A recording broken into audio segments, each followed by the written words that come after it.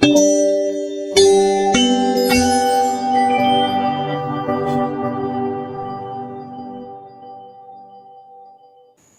اللہ الرحمن الرحیم۔ عالمی یوم قدس کے موقع پر منعقد ہونے والے اس ویبینار میں آپ کا خیر مقدم ہے۔ آج امت مسلمہ مظلومین کی حمایت اور ظالموں کے خلاف سینہ سپر ہو کر کھڑی ہے، تو یہ نتیجہ ہے آیت اللہ العظمیٰ روح اللہ الخمینی کا، کہ جنہوں نے 1979 میں یہ اعلان کیا تھا کہ پوری امت مسلمہ رمضان المبارک کے آخری جمعے کو یعنی جمعۃ الوداع کو مظلوم فلسطینیوں کے لیے ایک ساتھ مل کر آواز اٹھائے اور عالمی یوم القدس کے عنوان سے اس دن کو مظلومین جہان کی حمایت کا دن قرار دیا جائے۔ آج اس موقع پر ہمارے ساتھ ملک اور ملت کی اہم شخصیات موجود ہیں جو اپنا اظہار خیال کریں گے کہ کس طریقے سے امام خمینی رحمۃ اللہ علیہ کا یہ پیغام پوری امت مسلمہ پر اثر انداز ہوا، اور آج امت مسلمہ اس پیغام کے نتیجے میں مظلوم فلسطینیوں کی حمایت میں کس قدر آگے آئی ہے اور اس کے کیا نتائج ہمارے سامنے آج موجود ہیں۔ ایران اسلامی کا یہ پیغام پوری دنیا میں عام ہو چکا ہے اور پوری دنیا کے اندر آج مظلوموں کی حمایت میں آواز بلند کی جا رہی ہے، اور ظالموں کے خلاف امریکہ اور اسرائیل جیسے ملکوں کے خلاف لوگ سینہ سپر ہو کر ایک ساتھ کھڑے ہیں۔ آئیے عالمی یوم قدس کی مناسبت سے منعقد ہونے والے اس ویبینار کا آغاز کرتے ہیں، اور میں گزارش کر رہا ہوں عالی جناب مولانا محمد علی محسن تقوی امام شیعہ جامع مسجد دہلی کی خدمت میں کہ وہ اس موضوع پر اپنے خیالات کا اظہار فرمائیں۔ بسم اللہ الرحمن الرحیم۔ حضرات، یوم قدس جسے ہر سال ہم ماہ مبارک رمضان کے آخری جمعے میں مناتے رہے ہیں، اور اپنا احتجاج مظلوم فلسطین قوم کے لیے اور بیت المقدس یعنی قبلہ اول کے لیے ہم کرتے رہے ہیں، اور انشاءاللہ اس سال بھی کریں گے، کیونکہ یہ ہمارا ایک ایمانی اور دینی مسئلہ ہے، اور ہم اس مسئلے کو جو ہے وہ فراموش نہیں کر سکتے۔ یہ واقعاً امام خمینی رضوان اللہ علیہ کا ایک بہت بڑا عالم اسلامیہ کے اوپر احسان ہے کہ آپ نے ایک ایسی سنت کی ایجاد کی کہ فلسطین کا مسئلہ جو دنیا کی نگاہوں میں کوئی اہم مسئلہ نہیں رہ گیا تھا، اور پوری دنیا بے توجہی اس سلسلے میں برت رہی تھی، امام خمینی رضوان اللہ علیہ نے پوری ملت اسلامیہ کو اس سلسلے میں بیدار کیا، اور رمضان المبارک کا آخری جمعہ جو ہے وہ اس چیز سے مخصوص کیا کہ اس دن ملت اسلامیہ اپنی پوری توانائی اور اپنی پوری قوت کے ساتھ اپنی آواز کو بلند کرے اور اپنے صفوں کے اندر اتحاد پیدا کرے۔ لیکن بدقسمتی سے یہ حکم جو ہے وہ پوری طور کے اوپر ہمارے ذہن و فکر کے اوپر شاید نافذ نہیں ہو سکا۔ ہم نے صرف اسے ایک رسم سمجھا، اور بہرحال دشمن کی ریشہ دوانیاں، دشمن کی چالیں اپنی جگہ کے اوپر برقرار تھیں، اور وہ ہماری توجہ اس مسئلے سے ہٹانے کی بھرپور کوشش کر رہا تھا، اور آج بھی کر رہا ہے۔ مسلمانوں کے بہت سے مسائل جو ہے اسرائیل دنیا کے ہر خطے کے اندر پیدا کر رہا ہے، تاکہ اس مسئلے سے جو ہے وہ مسلمانوں کی توجہ ہٹے۔ برما کا مسئلہ ہو یا یمن کا مسئلہ ہو، یا اور دیگر بہت سے مسائل ہیں کہ جو مغربی استعمار نے جو ہے وہ مسلمانوں کے لیے پیدا کیے ہیں، اور اسی مقصد کے لیے پیدا کیے گئے ہیں تاکہ فلسطین کا مسئلہ جو ہے وہ کسی طرح سے پس پش ڈالا جا سکے۔ بہرحال ایک رسمی طور کے اوپر